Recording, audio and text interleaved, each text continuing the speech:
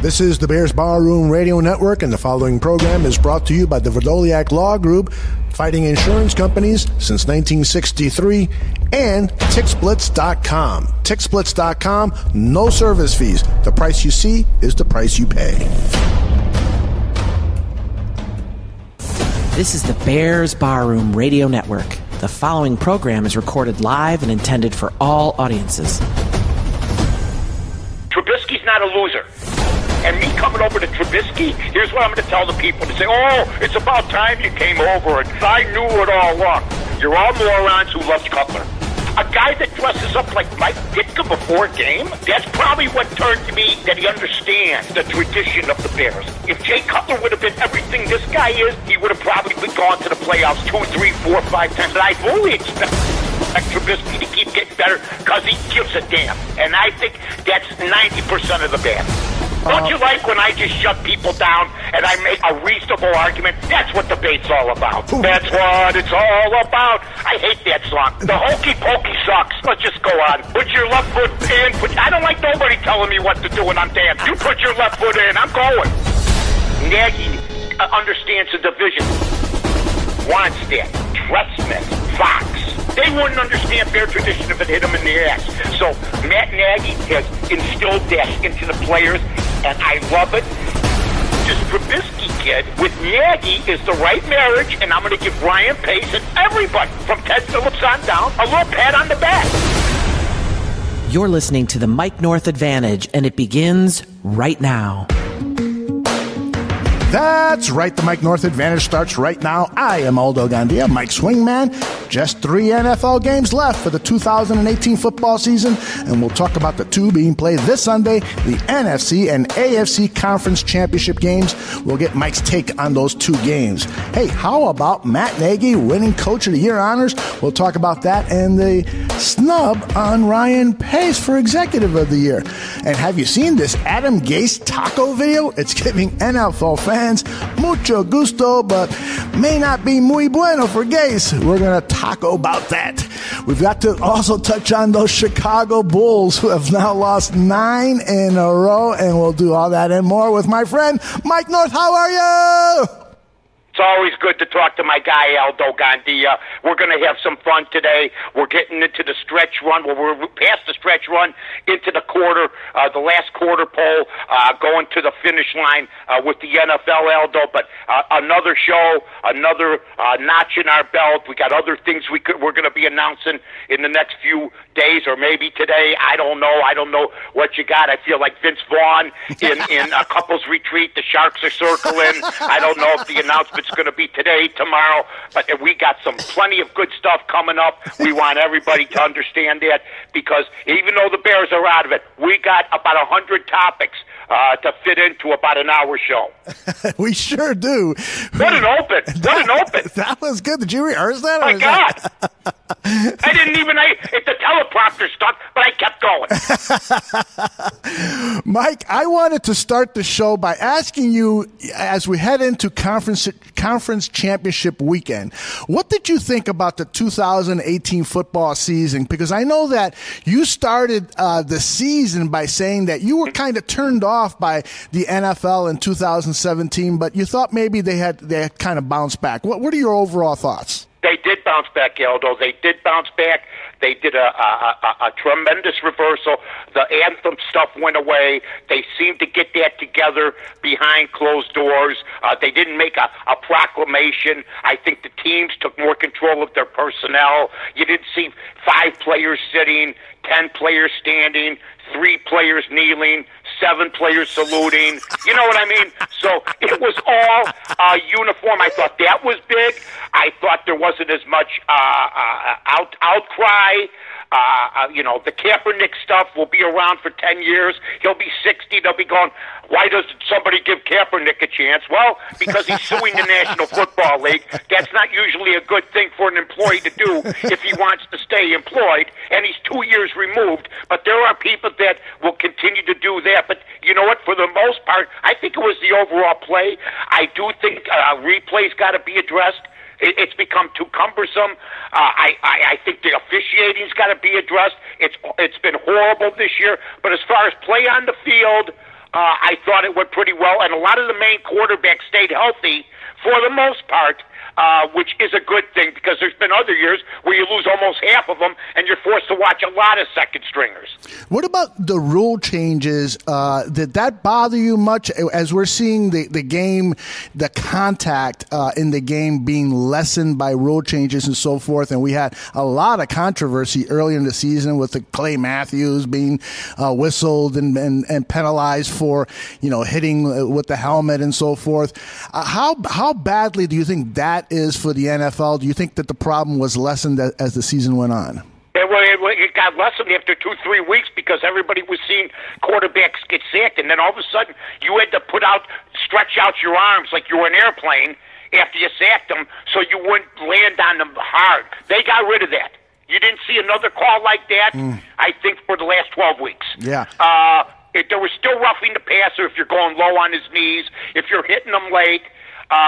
Sometimes, the refs overindulge in that. I think the refereeing now is the worst it's ever been because they're afraid to make a call with replay and be overturned. They look at each other. It's just a joke. You got 8 guys on the field. It's just unbelievable. But to me, I thought that once they got rid of that rule, then things got better. I'm totally with you on the NFL official. I don't even stutter, and it's like 8:04. That's unusual. How many cups of coffee so far? 4, Aldo. You know me. I got to be on top of my game with you. You know what? You're cleaner than the Board of Health. I can't mess with you. You might ask me a question I don't know. Yeah, I don't send Mike an outline. I start to tell Mike we're going to talk about this. He goes, stop right there. I don't want to know anything. I don't want to know nothing. It's just like we got some other we're going to be coming out with a few press releases down the line, which I'm really excited with you, and other things. And I talked to some people, and the one thing they like is that they like this show because either one of us is going to know something outside of the realm, and we just come up with it. We don't use computers. We don't rehearse. Radio is scripted now. Yeah. And we're going to talk about this next. We're going to talk about them. We're going to talk about the Bulls, and then we're going to have Brad Biggs on, and then we're going to have all the... No. You script or you tell a guest when he's going to come on, but basically, if you go in with an outline beforehand, if you don't know what you're going to talk about in the top of your head before a show, you shouldn't be in the business. There you go. I love it. Old school, baby. I love it. All right, old school. One more question on the NFL, and then we'll move on to the Matt Nagy coaching honors that he won. The refereeing is what really bugs me, and from time to time, I will send out a tweet on our Twitter handle @BearsBarroom, telling people that this referee for this particular game, he's a principal, or this guy's an investment banker, and so forth, to point out that these guys, 95% of them, have jobs outside of the NFL officiating. Do you agree with me that the NFL should hire full-time coaches? They should work 10 months out of the year, and when they're not games, they're simulating games, they're going through the rule book and blah, blah, blah, so that they can become better at what they do? No, because I watch the NBA refs, and they're hired. And they don't have jobs besides that one, and they suck. So that's true. I think it's a once-a-week thing. I think for the most part it's worked, but you're going to have bad years. I think this year was a bad year for officials. I think also because they're forced to, like we talked about, to encounter rules that are impossible to judge. I mean, the targeting rule and all this other stuff, who lowered their head. You can't make a split decision like that. Yeah. And sometimes there's bad calls because of the rules that are implemented. I think the rules should be lessened a little bit. Yes. Tweak a couple other rules, like you tweak that one rule, and you'll see better officiating. But, man, you have officials worrying about roughing the passer when they're sacking a quarterback legitimately and they're throwing a flag because it might have been a little bit too hard. It's ridiculous. That was a ridiculous rule, and grown-ass men actually thought that up and tried to implement it. Yeah. Do you think that technology can help the officiating get better? for instance, I always complain that the NFL should provide their own cameras at the goal line, on the goal post, on the first down marker, strategically placed, and not rely on the broadcast network's cameras because they're doing things for creative reasons. Their cameras are not placed necessarily to help with the officiating. That should be the responsibility of the NFL, the multi-billion-dollar organization. Well, what's amazing is that, the NFL will clamp down on people that try to take their property or unknowingly do something yes. that will, bother them, okay? That's right. They don't want any other partners as far as, putting their product out. We can do it ourselves, and if you try to take it, shame on you. Yet, they'll take the TV feed. Mm-hmm. It's okay. It's convenient. When it's convenient for them, point. You can take our product because there's billions of dollars involved. Oh, but my if gosh. somebody's got a website, or if somebody's got a TV show, or if somebody's got a radio show, or really a TV show, and they show like a play in the Bengal Ram game that's NFL filmed like, they'll be all over you like a cheap suit if you're viable, if you make a lot of noise, if you indeed point out things, okay? I understand them not wanting to use your product, but then, it's hypocritical for them to use other people's products unless you have $1 billion deal, or like they do with CBS, Fox, and those other places. Oh, you're making such a good point. Well, what's amazing is there's people that will pay a lawyer $250 an hour for what I just told everybody on our wonderful Mike North Advantage show. And I couldn't get past my second year in high school. It only makes sense. It only makes sense. Mike is a professor. He also doles out legal advice. He Absolutely. also doles out, of course, award-winning, money-making betting tips. And Mike, pretty soon he'll be offering you know what? I got marriage. my lawyer's site, legally.blind.com. I love it. I love it. That's right. I'm here for you. But if it looks like we're going to lose, run. All right. The Professional Football Writers of America named Matt Nagy the NFL Coach of the Year. He led the Bears, of course, to a 12-4 record, the NFC North Championship. Of course, he deserved it. Nobody else deserved it more. And the same argument could be made for Ryan Pace for Executive of the Year, but instead it was the Indianapolis Colts general manager, Chris Ballard, who won. I want to get your overall thoughts on this, and I've actually got some talking points that I borrowed from Eric Lambert over at NFLMox.com. Before the award was announced, he made the argument for Pace, and he made the argument for Ballard. But first, before I read off some of these, just give me your overall thoughts. Do you think it was that Pace should have won it over Ballard? I think Nagy stole his thunder. Interesting. Nagy was the poster boy of the Bears. Even though Ryan Pace did a good job, and maybe sometimes it's the way you network, maybe you don't know, you don't talk to a lot of, I think Ryan Pace is a good guy. I think they had a great press conference the other day where basically, they told the press anything and everything, which was really good for him and for Nagy. Of course, it's always easier to stand up and take questions when you're 12-4. Not so forthcoming when, like last year's press conferences or what have you. But I still think he's got some stains. I mean, Cody Parkey was well publicized. And the reason they lost is because of Cody Parkey as one of the main people, and that's a Pace signing. People look at that. But Ballard, if they don't have Andrew Luck, if he gets injured again this year, they don't even make the playoffs. I'm telling everybody that's how good Andrew Luck was up until the final game where he sucked. So what I think is Nagy coached draft picks that Pace put together, and he got them farther, faster. And I think Pace will get Executive of the Year if they can repeat this next year. Okay. You know what I mean? Sure. That's what I think could happen. I think Nagy stole his thunder. Well, here's what Eric Lambert said, and you've touched on a lot of his points. So Ballard, Lambert says the argument for Ballard is that he drafted 2 All-Pros in Quentin Nelson and Darius Leonard. He also Very good point. Yeah, he also drafted Braden Smith. He signed Denicio Autry. He hired Frank Reich as his head coach. He signed the tight end Eric Ebron, and they won a playoff game. The argument against Ballard is, as you said, that he was aided by the return return of Andrew Luck, which Ballard had no responsibility in acquiring. He only hired Frank Reich, the coach, because Josh McDaniels, if you remember, backed out of the job after he had agreed to it.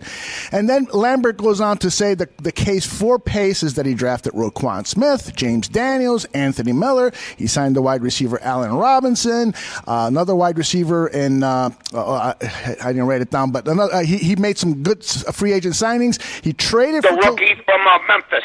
Yeah, we always screw up his name. Anthony Miller, hired Matt Nagy, and then, of course, the big argument against Ryan Pace, which you mentioned, it was the Cody Parkey signing. So that was a big stain on his shirt that I can't get out. Oh, my goodness. And just not bringing in any competition during the season because you invested so much money that it was the decision for him to stay on as kicker was based purely on dollars and cents, right? Yeah, well, you know what? I think they really thought he could do it. And I think another thing that hurt him is their unknowingness. I don't know when they vote on this, but Ryan Pace looked like, you know what, they didn't give Cody Parkey permission, which they don't have to do, I guess, or he doesn't need. But even doing that looked a little bit like unorganizational-like. You know what I mean? Like one hand doesn't know what's washing the other. Because I got a feeling that had his agent, Parkey's agent, gone to Nagy and Pace first, then next year wouldn't be as big an issue.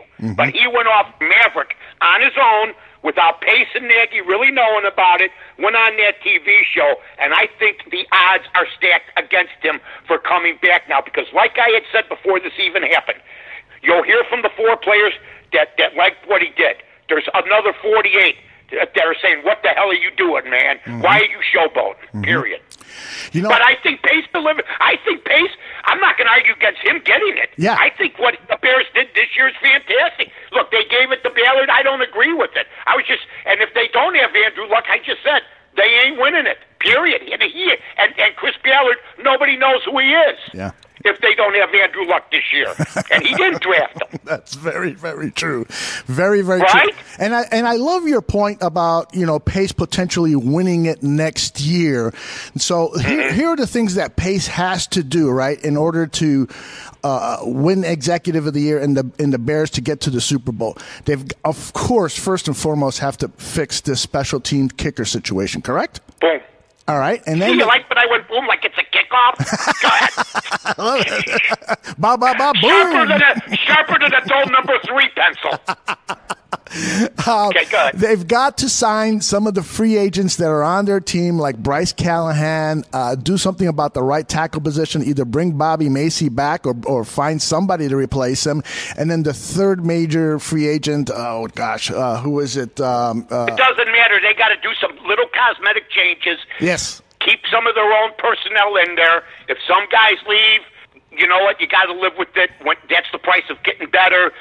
Guys being on national TV, coming up with turnovers, and other owners and general managers seeing that. That's the price of fame. It happens to everybody, man. And I think with the Bears, it's even going to happen a little earlier. But what's great is the Bears had a lot of rookie contracts. Yep. And they've already re-signed a lot of guys that can't go anywhere. Right. I agree with that. Now, do you think that the Bears, if they need to make a big free agent acquisition, would they be willing to free up some salary cap space by dropping either one of these 2 players, linebacker Danny Trevathan or offensive guard Kyle Long?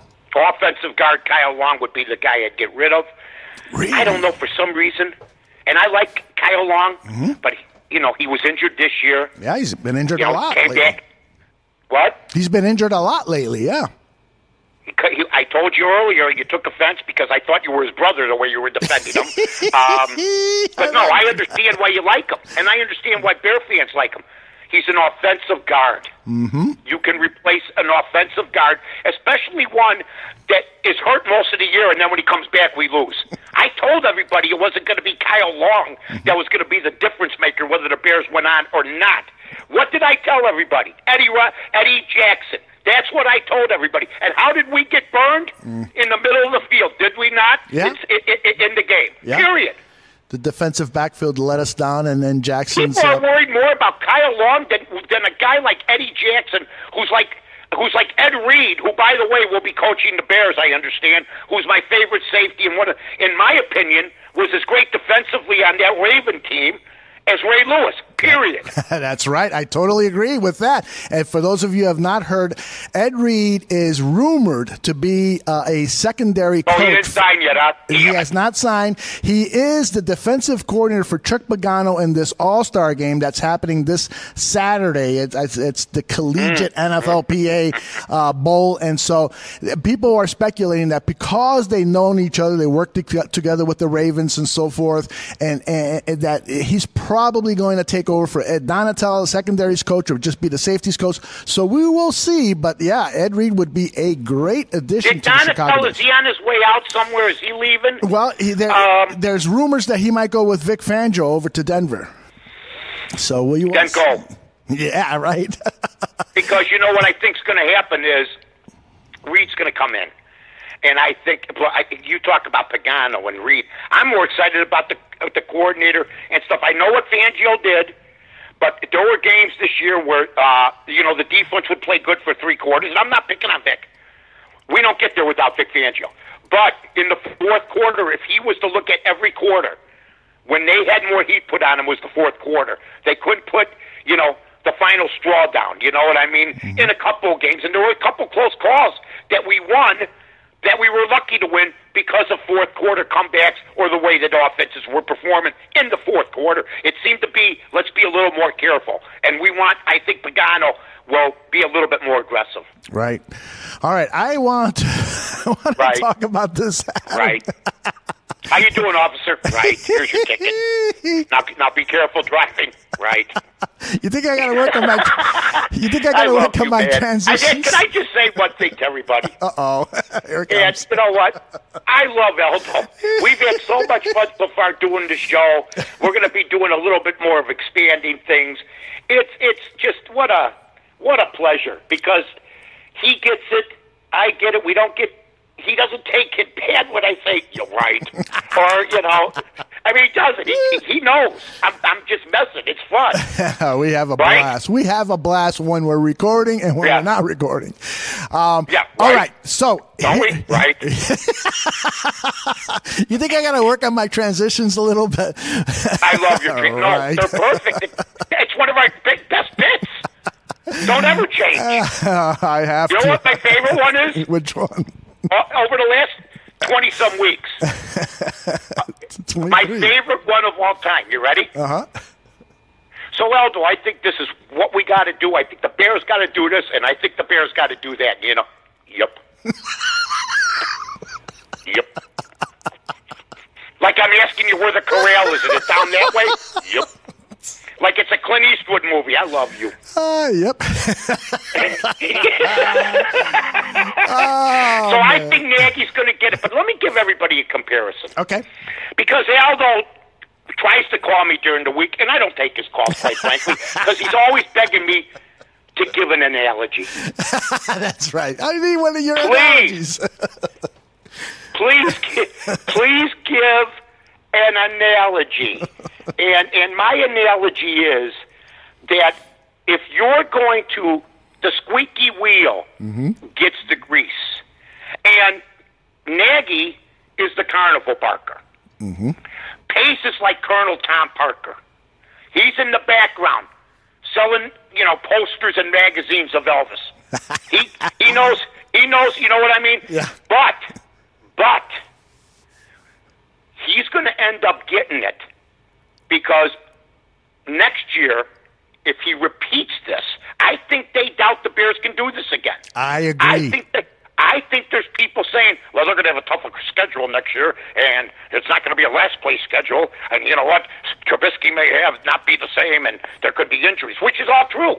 But then it could go the other way. And I think it's going the other way because most of these players are young, fast, and in the prime of their health. Yeah. I am totally with you. I think because the Chicago Bears have failed so often lately in prime time on the national spotlight, which is when all of these media people see the Bears. They don't watch all 16 games. They don't know the Bears like you and I do and the rest of the barflies and the people at the Bears bar room. They don't know the Bears so intimately, so they watch a national contest and the Bears fail, and then they go, oh, same old Bears, same old Bears. Here, I'll give you an example. He's Nagy's Peter Fonda, an easy writer.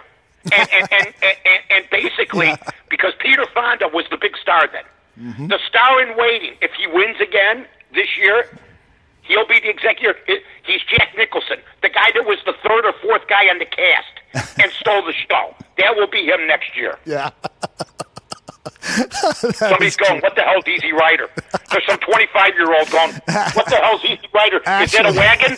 I'm sure Ashley, who is listening and she's in the chat room, she's probably Googling Easy Rider. Oh, yeah. Well, that's what's great. You just Google stuff now, you know? Oh, my gosh. And it's so easy. I mean, back in the day when you were a talk show host, you didn't have computers. You had media guides, but I never used anything. You had to know. To get a job then, you had to know. Now everybody's a genius. That's right. Everybody. I had to run to my World Book Encyclopedia set to just look stuff up. But nowadays, you just have Google with you, and it takes care of everything. We used to wait for the damn media guides to come in. Yes. They'd come in from the Cardinals, the Cubs, the Braves. I remember we had a bookcase filled with media guides from at the Score, every team. From every league. There was no computers. That's right. So it was interesting, but I never used them. I just figured, you know what? If you think that topic's going to come up today, you better check beforehand, or you got to know. Mike, how much time do you spend in front of a computer nowadays? A lot. Really? Because I'm always promoting the site, or I'm always promoting us, or I'm always coming up and. I mean, listen. You know what happened to me? I didn't even realize this. Mm-hmm. I'm on Twitter this morning, getting ready. I see that the Mike North show's on. Boom, I retweet that. I see, this, I retweet that, or I come up with my own tweet. So then I say to myself, I haven't heard a peep from Geraldo Rivera lately. And I like Geraldo. Yeah. I don't agree with him all the time, but I like him. Mm-hmm. He blocked me. I got blocked by Geraldo Rivera. Whoa! Yeah. Because he always says he's Trump's friend, and then he's always bashing him, and then he said he voted he didn't vote for Trump even though he's Trump's friend. Mm-hmm. Because his fifth wife told him not to. So I said something, I'm blocked. I didn't say nothing bad. I just said, you're actually letting your wife, because I know this, I don't know who my wife voted for, and she don't know who I voted for. We have feeling, just like, I don't know, I'm sure there's couples like that, but let me just say this. Any man or woman who votes because how their spouse tells them to vote, weak stock of the 100th degree, period.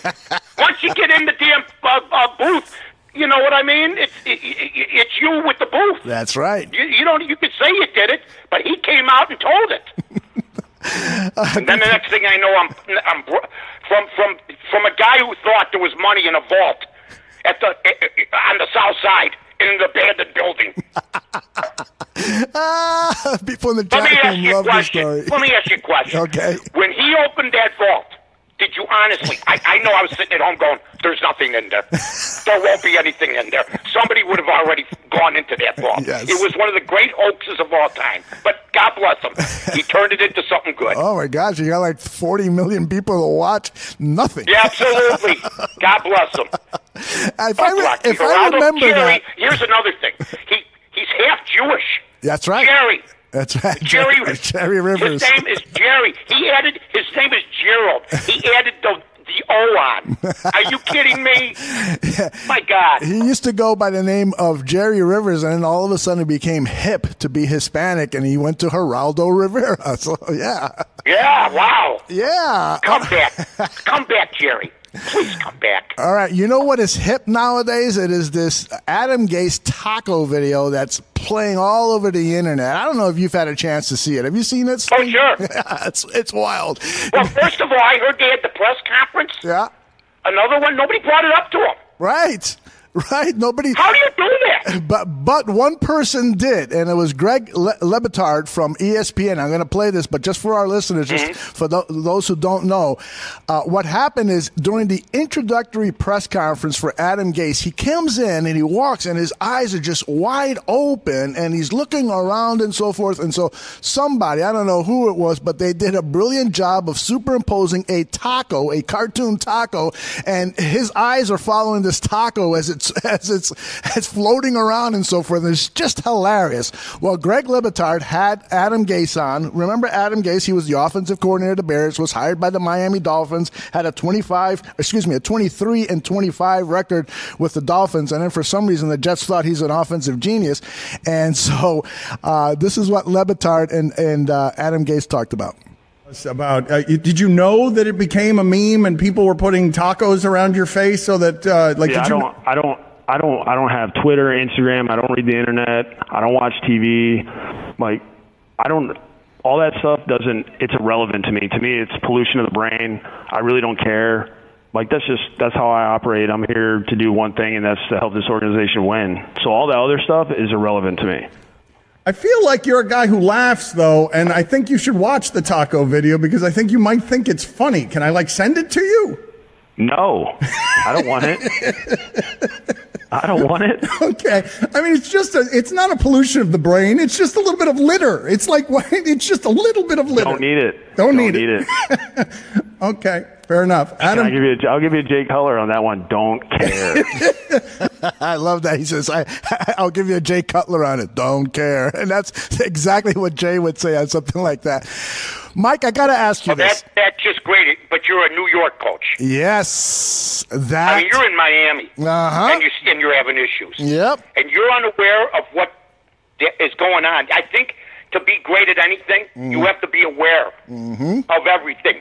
Now, you can get rid of some things. There's the people that say, you know what, some guy screwed me, or this guy screwed me, or that person, and they're out of my life forever. They're the ones that wake up in the morning and think of the person first. And then they go in front of TV and go, I don't watch this, I don't watch that. That guy, if that's how unaware he is, I'm fearful for them. I'm fearful for them. You got to at least have a joke about it. You got to at least laugh about it.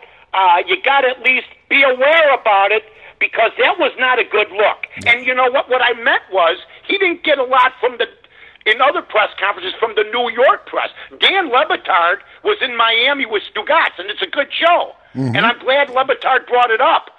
But for him to stonewall after that look, and if you look at the other guys up there that are up there with Adam Gase, the guy on the right is like moving his chair away from him while he's doing it. I mean, my God, take a look at it. He's actually looking at him like, wow, this is the guy that Dirty Harry was after at Kezar Stadium in San Francisco. My God. Don't pretend it didn't happen, right, Aldo? That is so true.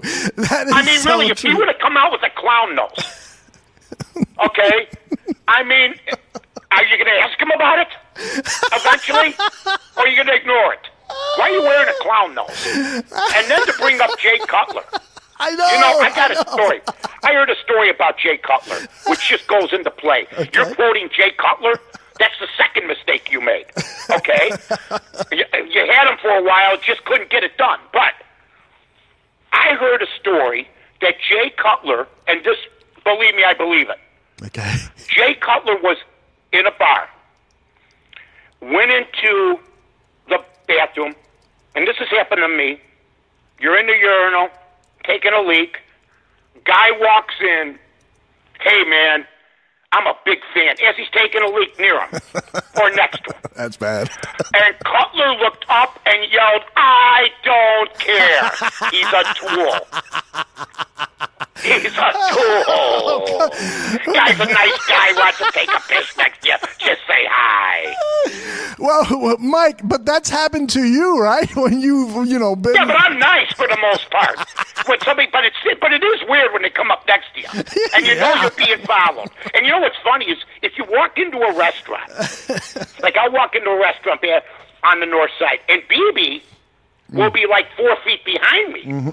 So all they see is me walking through. So I walk through, and then, that's Mike North. There's a guy. You know what I mean? BB hears it, not me. You know? And like I told you, I had a guy come in and I was at Gale Street Inn. And a guy just came up to us. I didn't know who he was, and sat next to my wife and said, "Mike, I'm a big fan." I go, whoa. You told me this story, so you got like barbecue sauce on your hands. Got barbecue sauce on my hands. He wants to shake hands with me. You know what I mean? And he sits there. Are you BB? No. It's unbelievable. That is unbelievable. But Adam Gase, to quote Jay Cutler, now I want him to lose every game. Yeah, right. Well, here's the thing. You know, you already hit on it. You go to New York, you got to know what your media persona is to deal with the New York media, because they will eviscerate. I'm not even sure I know what that word means, but I think they will eviscerate Adam Gase if he doesn't play along with some of this media stuff, right? Well, I met, I heard today, though, one of the main members of the Lucky Sperm Club, a future president, Mike Golick Jr., say that Sam Darnold is the face of the Jets. Not after what happened the other day. Adam Gase, I think, is more of the face of the Jets now than Sam Darnold, don't you? Yes. I mean, Sam Darnold's the quarterback of the team who just did okay. They say he's got tremendous upside. I saw some games where he did, but Gase became the face of the franchise the other day. Believe me when I tell you this, because nobody even knew what he looked like because he always wears a cap. Yeah. Well, here's the thing that Adam Gase really has to worry about. Am I showing too much energy, you think? Or should I slow it down a little bit? No, keep it right there. All right. Adam Gase has to worry that when he's addressing his team, if he hears snickering, it's going to be because the players are imagining tacos around him as he's talking to them. That's a problem. That's a big problem. Listen, I'm not going to get into this again, but I don't want to get involved with the sombrero again thing. I've been involved with the sombrero in the past, but that's what basically it would be. They should sell New York Jets sombreros, the green and white ones. I mean, and that should be their signature headgear this year. You know, the Packers got the cheese headgear. Yes. The green and white sombrero. I could see them selling like a $20 or maybe a $50 taco at the Jet Stadium and call it the Gase taco or something like that. Listen, that guy I've seen pictures, stills of him. He looks like a top 10. He looks like Ted Bundy's understudy, okay? Period. That was a serial killer look that he had. Yeah, go Wikipedia Ted Bundy if you're still alive. New movie coming out about Ted Bundy. I think, I forgot who. Can't wait, a family entertainment picture, no doubt. That's right. Disney Pictures is really. Disney, the Ted Bundy story. Ouch. All right, it is time for everybody is always waiting for this segment. I love the fact that we hold off about 30 minutes before doing it. Actually, we're at the 40-minute mark. We're going to talk about Mike's picks, and we always begin with this piece of music. All right. Mike, tell us how you did last week. Fridoliak, baby. Oh, yeah. Fridoliak Law Group. You know, when was the last time you heard of an insurance company going bankrupt? Yeah, well, can't think of one, right? When was the last time someone you know went bankrupt? Yeah. You know what? That's why you need somebody like the Fridoliak Law Group. Look, it's all up on the websites. Go to the Fridoliak Law Group website. Check them out there. You know what? There's numbers you can call. I mean, from Pete Fridoliak, of course, my good friend Ed Fridoliak, 844-485-4529. 844-485-4529. They've been tremendous for us. 844-4VLG-LAW. You just call them if you think you have a gripe against your insurance company. They will take care of it, and they will get it done for you. They've been around for 50 years. They got offices in Nashville and Chicago. And also, Aldo, we have Tick Splits, who's been great for us. I was commiserating with them the other day. They're very happy with our association. They are. Our buddy over there is very happy with what we're doing. And remember, if you need to get a ticket to TixBlitz, to any sporting event, any music event, any theater event, go over to TixBlitz.com, TixBlitz.com. And I believe they still have this $50 off promo. So if you want to get $50 off of your next ticket purchase, here's what you do. Send an email to marketing@TixBlitz, and on the subject line, make sure you put barroom. You can put Bears barroom, whatever, and he will send you a special promo code that will give you $50 off on your next ticket purchase. TixBlitz.com. All right, here we go, Aldo. And by the way, folks, last week, Mark Potash, great week, Mark, 4-0. Makes his record 131, 122, and 11. Mike status quo started off 2-0 on Saturday, 0-2 on Sunday, 2-2, 133, 120, and 11. I am 13 games above 500. Mark, even with the 4-0 week, is 9. It just, I've had a fantastic year. And then Sylvie, 2-2, coming on strong of late. I was 1-0 again with my perfect pick, with my top play last week, which I believe was the Rams. And you know what? We're going to start off with the Saints -3 versus the LA Rams. Look, Drew Brees in a dome against a team that last year lost its first game. They look good, but the New Orleans Saints, I think people love Drew Brees. I think that the betting public loves Drew Brees. It is terrifying to bet against Drew Brees. There's quarterbacks in the league that I've been betting with and betting against for years. And, you know, the terrifying ones were guys like Marino, Montana. You look at a guy like Goff, you don't think that he can burn you. But the kid is as good as anybody. There's not going to be any weather problems. You know, everybody forgets. That's key. Even though Drew Brees is a dome player, once you play in the dome, it's equal. Yep. So in other words, plus he played in L.A., so I don't think it's going to matter all that much. You had 2 100-yard rushers last week with the Rams. I just think the Saints have the pressure on them. You got a guy that is in line to win an MVP. Nobody seems to be taking the Rams seriously. I'm going to take the L.A. Rams and the 3 points, Aldo. Wow. Now, I got to tell you. Maybe, I like when you go wow. Yeah, that's better for than this one, because you like the Saints. I can tell. Mark Potash. Don't take 'em. Mark Potash likes the Saints, and it's his best bet, so that's going to be interesting. Now, you were 1-0. Only strengthens my case. Now, you were 1-0. Which is wrong, by the way, which is wrong in a lot of ways, because he's 14-5 with his top plays. So I'm just kidding. But and both of you know what? And both he won last week. He's on fire with that. He's got the Saints. Sylvie's got the Saints. I'm a man alone in the corner with the Rams. Well, and both of you were 1-0 last week with your best bets, as was Mark Silverman over at ESPN 1000. So your best. Oh, I know who I had last week. I had the Eagles. You had the Eagles, right. So I won 2 of my last top plays. I was the only guy that had the Eagles. Believe me, I couldn't find anybody that had the Eagles. You know? That's right. All right, so I got the Rams. I got the Rams plus the 3 in the first game. Hey, let me ask you a question before you go on to your next pick. So the game started at 3.5, and then there was a lot of betting, and Vegas moved the line to 3. So what does that mean when Vegas is moving the line like that? And does that matter to novice bettors like myself when I'm thinking about laying a bet and I see that the line has moved one way or another? Anything that I should be on the lookout for?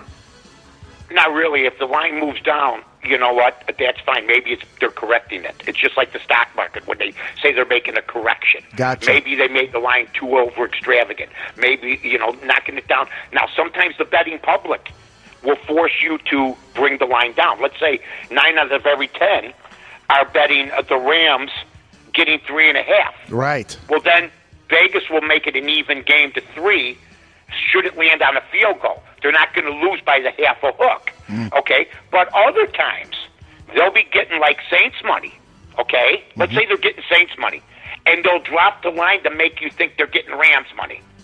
Gotcha. Okay? Gotcha, okay. So now they're going, oh, hey, you see this? The Rams went down a half a point. Must be betting on the Rams. Let's take the Saints. No. Houses like to do that. They like to give you the perception of that, when in fact they're begging you to keep betting the Saints because they happen to like the Rams themselves. So I'm going to take the Rams. Did I explain that? Yes. Pretty good, you think? Yes, and Harp 4803 agrees with that. Thank you, Harp. All right, let's go on to the primetime game, which is the Chiefs -3 versus the Patriots, and this is your best bet of the week. Okay, I learned a valuable lesson. I took the Chargers last week with Phillip Rivers, who was good for me the last couple of weeks. Mm-hmm. But I should have known. You're at Foxborough. Oh, they're touting you for MVP. The weight of the world's on your shoulders, and you craft the bet. And he did, and so did the whole team. But I'm not going to blame him for that. I'm going to blame San Diego's team. They didn't help him. And their coach, Anthony Lynn, did not once change it up. Yes. Played zone defense against Tom Brady. Unbelievable. Which is like charging an army with muskets while they have AK-47s. I cannot believe that this guy just said, we're doing the right thing. Before you knew it, they had 28 points up. Well, that's not going to be the way it's going to be now. But everybody seems to be in the Kansas City bandwagon, if you will, maybe. Maybe I'm wrong. I don't take these games. I didn't want to take San Diego last week. And I call them San Diego because I'm going to call them San Diego for the rest of my life. That's it. I don't give a damn. They were if I can't conquer that problem, I'm going to move on. You know what I mean? Yeah. But I really think the Patriots have heard it all. They've heard about Mahomes all week.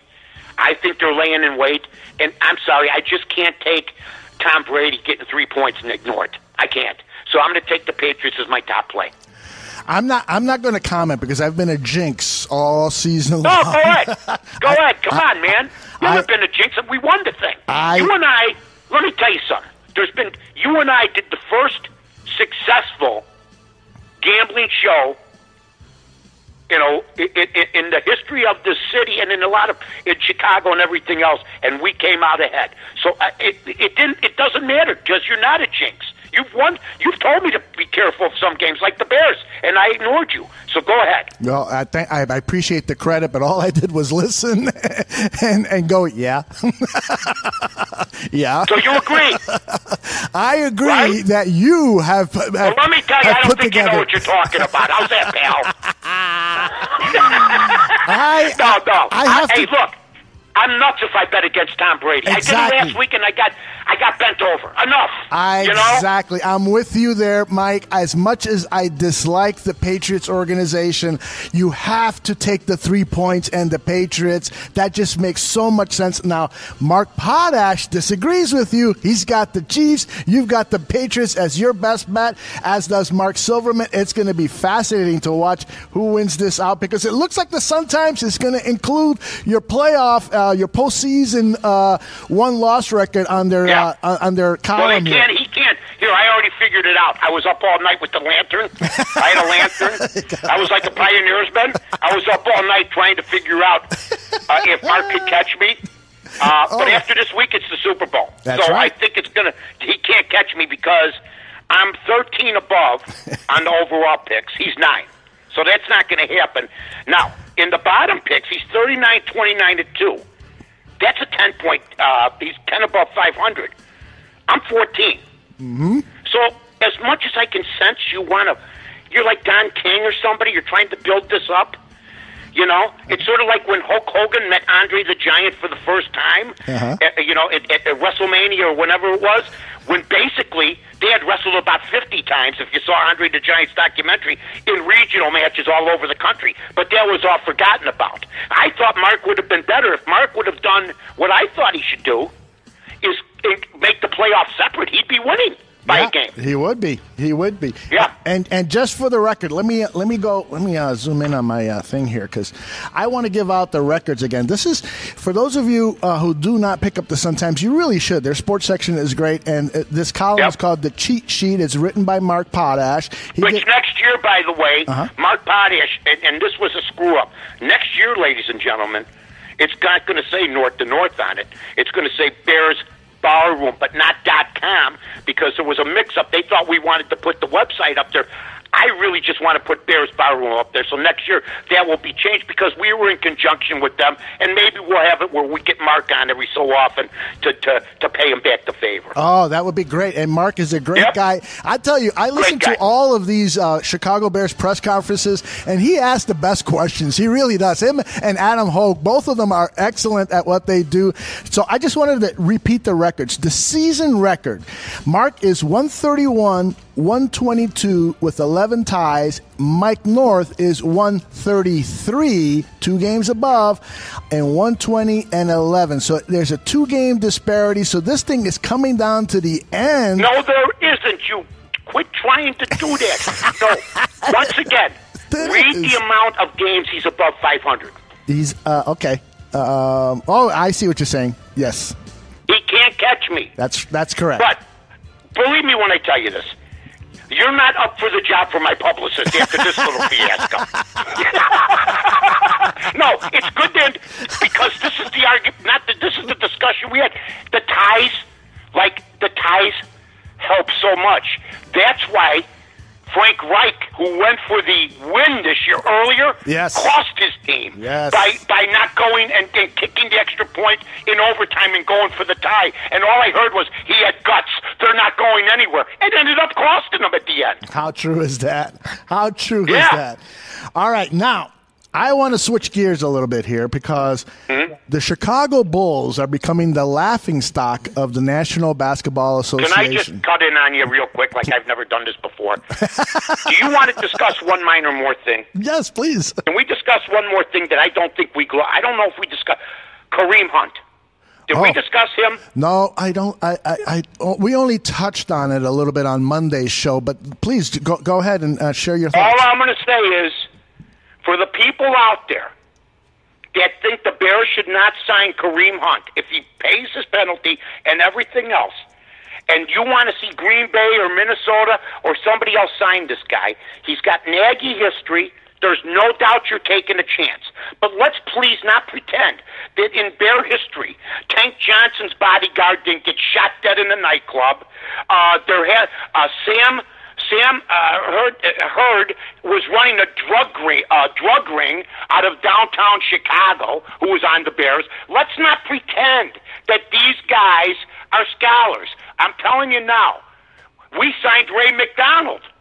Yep. Remember that one? Oh, yeah. So this is one that I think would work. Am I tentative about it? Absolutely. But if you're going to, look what New England did this year. It blew up in their face, and guess what? They still made it. They signed Josh Gordon, right? Right. Is anybody okay? So he helped them get there, and now they're there. Now, if Kareem Hunt does this again, he's finished for good. But if a guy, and I don't know if it's a second chance because he's had a couple instances, but I think the Bears are really going to take a look at him and sign him maybe. I think that what they said at that press conference certainly opened the door, and I think that what they were doing was just kind of testing the waters to see what fan reaction would be like. And so far, the majority of Bears fans are saying, go after Kareem Hunt. But that small minority is very, very loud, and sometimes, you know about us minorities, Mike. We make a lot of noise. Don't I know it? I'm Irish. If anybody's a minority now, it's me. That's so true. My God, I'm surrounded. That's so true. Let me see what they're saying in the chat room about Kareem Hunt. Heart 4803 says, we are aware of Kareem Hunt's past. The Chiefs dumped him there on the spot after the third incident.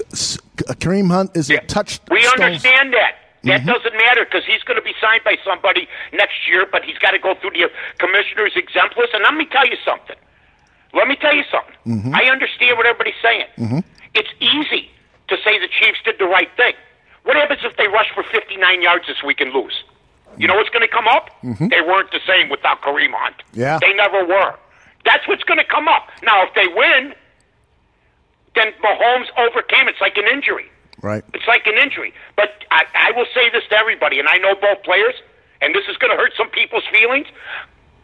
Kareem Hunt, if he's one, that's a player like Khalil Mack, maybe, that can make a difference on offense because he's better than Jordan Howard. He Now, is. Hart 4803 is against the idea. Now, Ben Alexander feels like you do. He says that he thinks we have the locker room to help Kareem as a person. Do you think? Agreed. Okay. Agreed. And Andy Reid's had issues in the past. I mean, Andy Reid's kids had problems in their own home. Right. You know, but he was unaware because he's such a 24-hour coach. This is what we're talking about here with Adam Gase. Andy Reid's not aware of what's going on around him, but Kareem Hunt, the NFL sat on this. People, you know what? And he deserves every kind. If he doesn't come back, fine. But if he comes at him, and I think Nagy thinks he can keep him in line. He might get burned on that because even Belichick, as we have found out in the past, can't keep certain guys in line. Interesting. So let me ask you this. Mm-hmm. Do you believe in the zero tolerance rule? It's only zero tolerance. Look, I always hear this, a person deserves a second chance. And all I see is a lot of people that don't get second chances. You know what I'm saying? I mean, everybody deserves a second chance. Look, Ray Lewis was involved in the murder. Yep. And the Baltimore Ravens handled it, moved on. Everybody knows he was involved. There was a settlement, and they won a Super Bowl. Yeah. Believe me when I tell you. And then the guy got to be on national TV, and we're going to talk about Kareem Hunt. Give me a break, man. Yep. Just look on your national TV screen, especially with the pass regime at some of these networks. There's all sorts of lawbreakers on TV. Right. I mean, so let's not pretend that you know everybody's above it all. Like Mark Potier said, well, Chicago Bear fans have such high moral ground. That won't matter if the Packers or Minnesota picks them up, and we lose maybe the division by one game. Period. It's a good point. Now, if he's not talented, we're not talking about it. Oh my gosh, you're so right about that. That's for sure. Look at Ray Rice. Mm-hmm. Look. Do you remember this? Now I'm going. Now I got the lather going. I got the sweat going. I remember a couple of years ago, Adrian Peterson was never going to play again because he beat his kid. He's playing, and he's as good as he ever was for the most part on a team that is glad they picked him up at 33 years of age. You want to go back in time. Mm-hmm. Everybody's upset about Kareem Hunt. Mm-hmm. Look at some of the people, the scumbags, that have been allowed to come back. Okay? Yep. All I'm saying. I love it. You know, I mean, I understand in Kansas City, if they knew about this, now they're going to drop him because he promised he wouldn't do it again. And we don't know what provoked everything anyway. So all I'm saying is he's going to be back playing. And if you're a Bear fan, you got to think about that. You do. Here's what I think. I think that the ultimate test is having a face-to-face conversation with Kareem Hunt, asking him the tough questions, seeing what he's done to, repair his image, seeing what he's done to control his anger issues, seeing, getting opinions from other people about his behavior and so forth, and then you make a decision. I think that for us who are, so far removed, it's very, very difficult to make the accurate decision on this. Well, I think that too, like I said, he's going to play again. It's not like, look, they gave Ray McDonald another chance. Yeah. Well, how about Greg Hardy? Beat the woman, had machine guns all over. Oh, my gosh, yes. The couch was called. The cops came to his house constantly, and the Dallas Cowboys signed him. Mm-hmm. Okay? Mm-hmm. Now, Kareem Hunt, and I've always said this, if there would have been a video of Greg Hardy, oh my goodness, he would be in jail. Yeah. I mean, okay? Instead, he was allowed to, because there's no eyewitness evidence, but there was a police report, and he still got to play. So remember that, folks. Yep. And he blew it. So I understand the risk. But remember some of the scumbags that have been allowed to play. And you know what? Kareem Hunt, to an extent, is the same way. But you know what? You can't let one scumbag play who did worse things and then tell another scumbag. And that's the thing. There's no standards. There's been no logical reason. He'll be suspended, pay his time. But once you get out of paying your time, that's like telling a convict who paid his time, you're never going to work in this country again because you were a convict 3 years ago. Yeah. Come on. Yeah, I'm totally with you. It's a great point that you're making. Even Hart 4803 says, good point, Mike, and he is not a fan of bringing Kareem Hunt back. He also writes, Nagy claims to have a relationship with Hunt, and so that's obviously very important. He goes on to say the league still has to make a decision on what kind of suspension he'll have to start the season. And that Look at Ben Roethlisberger. Yes. Look at the trouble he got into. Oh, my goodness. Awful. So and he's out there playing and leading and he's never had problems again. But he was, you know why? They said, I don't care. We're going to find you somebody to marry. He got married quickly after that. So he's still playing. And this guy had issues. Brett Favre, he had issues. Sending pictures of his private parts to cheerleaders. Well publicized. Yeah. You know? To an ESPN so, I mean, reporter. are you kidding me? Yeah. This is the National Football League where character comes second to talent. Ashley is not a big fan of bringing him back. She says, so what if he brings cocaine and hookers and ruins good guys? She doesn't like it. She doesn't, she goes on. Cocaine and hookers? Are you kidding me? They already went through that. Yeah, that's true. Remember? Dan Hurd ran a drug ring. I'm just going to say his name, yep. Are you kidding me? They had that problem. This guy's not going to, look, if he does bring it, like, wait. They need him to get cocaine if they want it? Are you kidding me? They're pro athletes. They got to behave themselves, show discipline. I love our Bear team, and I think if he comes, I'm taking a chance here. I think he has a good year and uneventful after he serves his sentence, whatever he's got to serve with the NFL. All right, I want to ask Ashley if she can quickly type in the chat room. Do you actually believe in second chances and giving this guy a second chance? We'll see what she comes up with. Okay. Any final thoughts on this topic before we get Ashley's answer? No, I'm ready to move on now because we're rolling right now. We are rolling. It's just amazing to me. Randy Moss ran over a policeman. He was in the Super Bowl after that, and he ran over a cop, literally, and meant to do it. And then he's on ESPN TV. Yeah. Are you kidding me? And that's all I'm saying. All right. So Ashley says that she does believe in second chances. She just has a concern here about having Kareem Hunt around players like Eddie Jackson. What happens if the girl attacked him first, where there's reports that it was a mutual thing? Yeah, clearly. There's reports that, we don't know the whole story, but behind closed doors, okay, he didn't want to get his ass beat. Yeah. That's what I'm hearing. But that's not, that could be gossip too. Yeah. Nobody knows the full story because there's not video of that. There's just video of him acting the fool. No doubt about it. Ashley says that she was a tramp, and so we'll leave it at that. Oh, my God. We love you, Ashley. Absolutely. One of our biggest barflies. She's always on and supporting the bar room. We love her. But she knows she's going to get the truth as I see it. You don't have to agree with me. Absolutely. You don't have to agree with me. But I go back to the days when Marvin Bad News Barnes was in college, and he beat his teammate with a crowbar. Yeah. Right. And then later on, he's in the NBA. Are you serious? Well, come on. The other thing is, look at the players who are in the NFL Hall of Fame and in other sports Hall of Fame. Some of those guys have done some stuff that is truly Taylor is in the Hall of Fame. Yes. He played most of his games probably coked up. Probably. Mm-hmm. No, I'm going to say probably. Take a lie detector test. He could sue me if I'm wrong. And then he was with underage girls and everything else. And he got to keep playing because he was Lawrence Taylor. Yeah, exactly. But that's just the way it is, man. If you're great at what you do for the most part, okay, then you're going to get leash.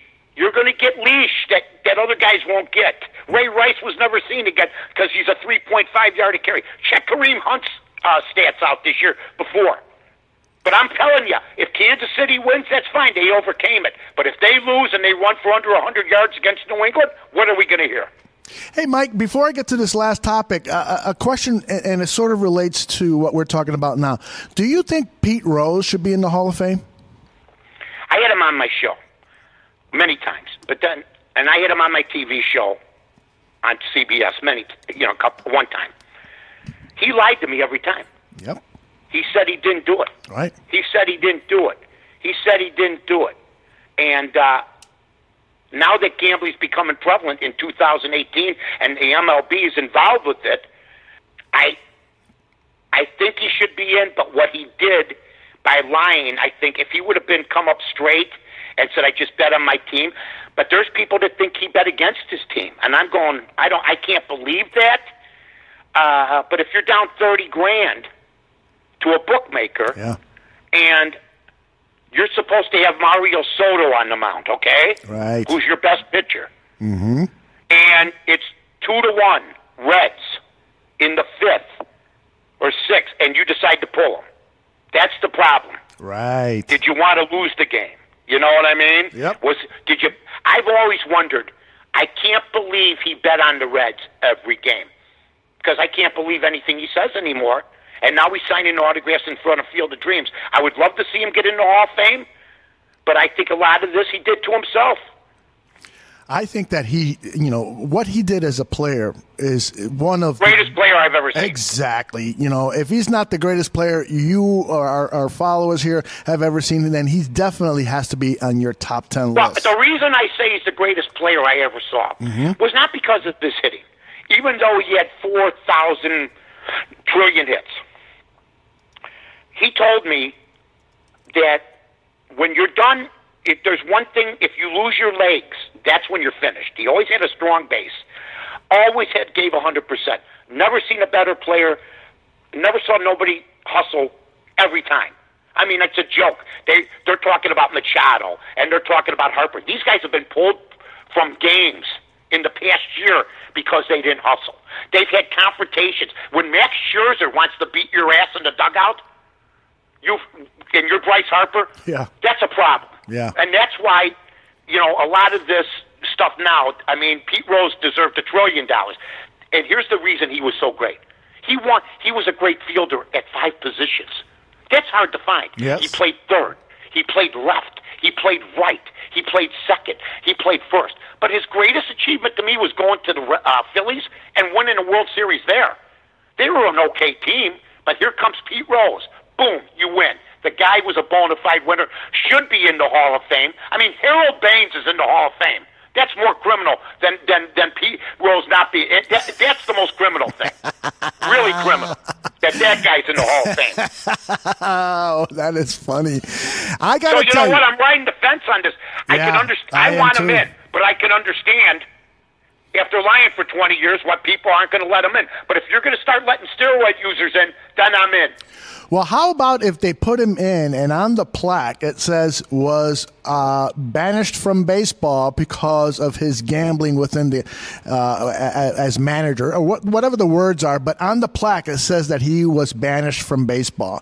I think that would be a good compromise. I have no problem with that. Just like if they put in eventually, which these millennial reporters are going to do, they're going to put in a guy like Barry Bonds. They better put in. He was a star during the steroid era. Yep. I mean, you gotta put something in for these guys. Okay. I mean, it's a shame that Shoeless Joe Jackson's not in.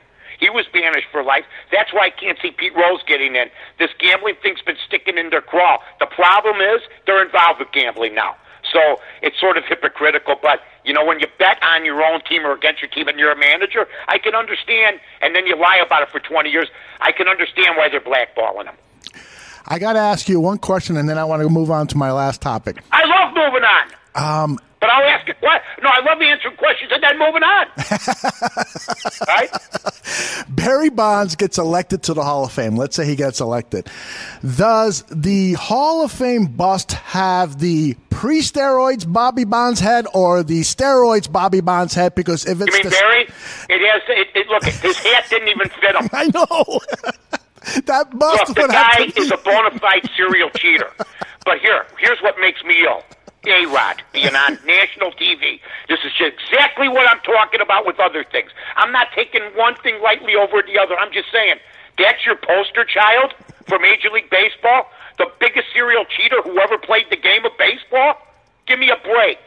And they're going to end up getting him in because he's making the rounds, he's becoming friends with the media members and all this crap. But there's no doubt in my mind, out of all of them, here's a guy that tried to take the game down, got involved with drug dealers and everything else. He's bad news, and I don't like the guy, period. But, that's their decision. I don't watch a whole lot of that show, but they seem to be set on that right now. But how can that guy be your number one guy?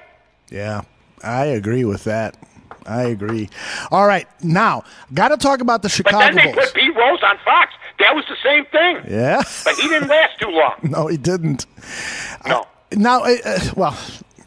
Let's move on.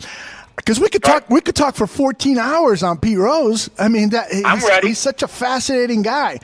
But He is, and he's a fascinating guy who made mistakes a long time ago. Mm-hmm. But this was a mistake that baseball holds sacred. But they better hold the steroid thing sacred because that's cheating too, and that costs a lot of people money. I mean, Frank Thomas has never been basically attached with steroids. Right. Although I find it comical that he's pushing over-the-counter steroids over on TV. Yet he doesn't have anything to do with the other stuff.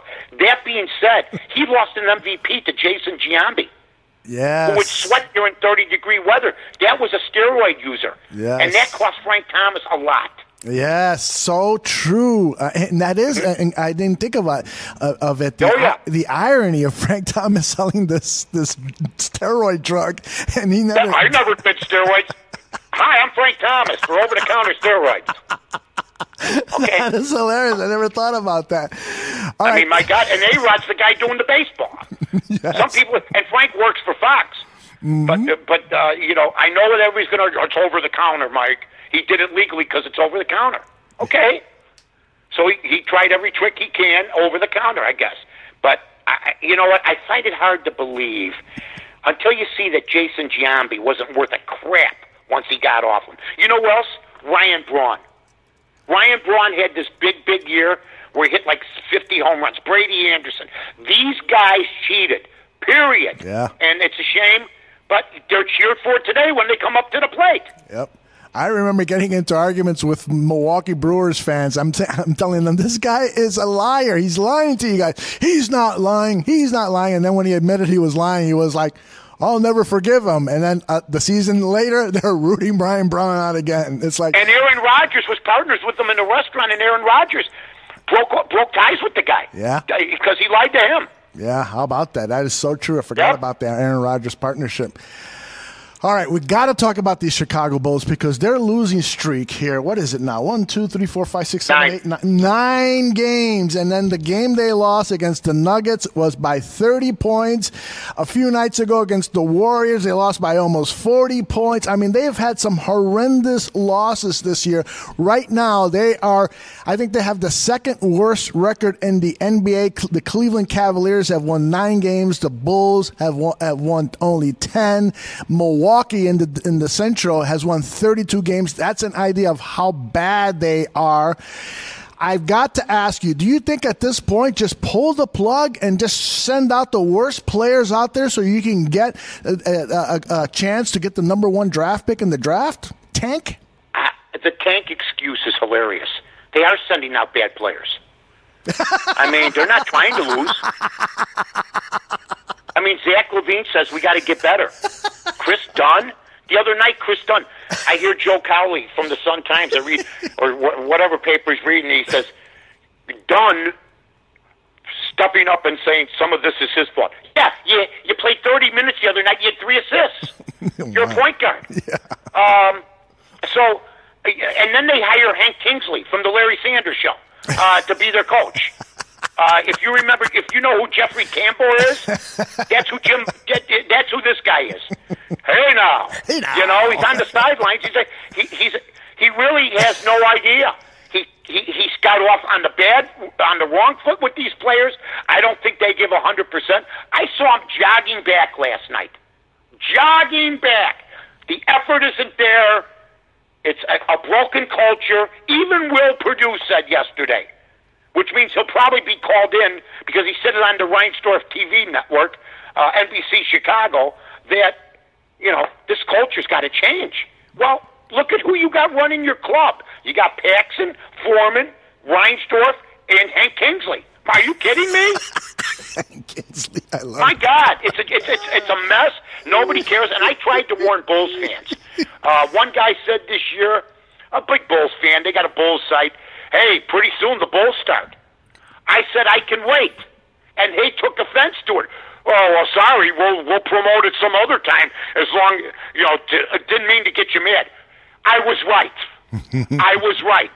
And it's a despicable organization right now, rudderless by Michael Reinsdorf, Jerry Reinsdorf, and that hapless crew over there. Very, very true. Now, everybody is saying that the top player coming – not everybody, but a lot of people are saying that the top player coming out in the draft is a kid by the name of Zion Williams. Zion, thank you. Where am I getting Zion from? Zion. What happens if they don't get him? Yeah, but here's the question. This is what Scottie Pippen on the ESPN show called The Jump said about Zion and what Zion should do. Hold on. To be the number one pick. I mean, I think he's done enough for basketball, college basketball, that it's more about him personally now. And I think for him as a young player that I would shut it down. I would stop playing because I feel that he could risk a major injury that could really hurt his career. So what do you think about what Scottie's saying? Do you think that Zion Williams... Well, he would know about sitting. He did it 1.8 seconds. He did it when he had a headache during the playoff game. Couldn't play anymore. I mean, if anybody knows about sitting, especially during crucial times, it's that guy. I think it's stupid. I mean, freshmen weren't even allowed to play basketball back in the day. Yeah. Kareem Abdul-Jabbar played his sophomore year. They had to play on a soft team their freshman year. And he made it through. Wilt Chamberlain made it through. Michael Jordan made it through.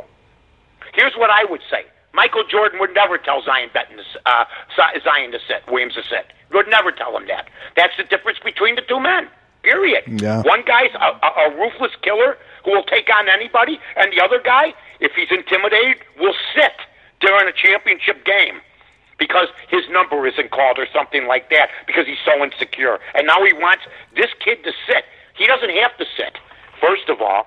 And you know what? These people that say it's a shame you have to go to college, he doesn't have to go to college. He can go play in China.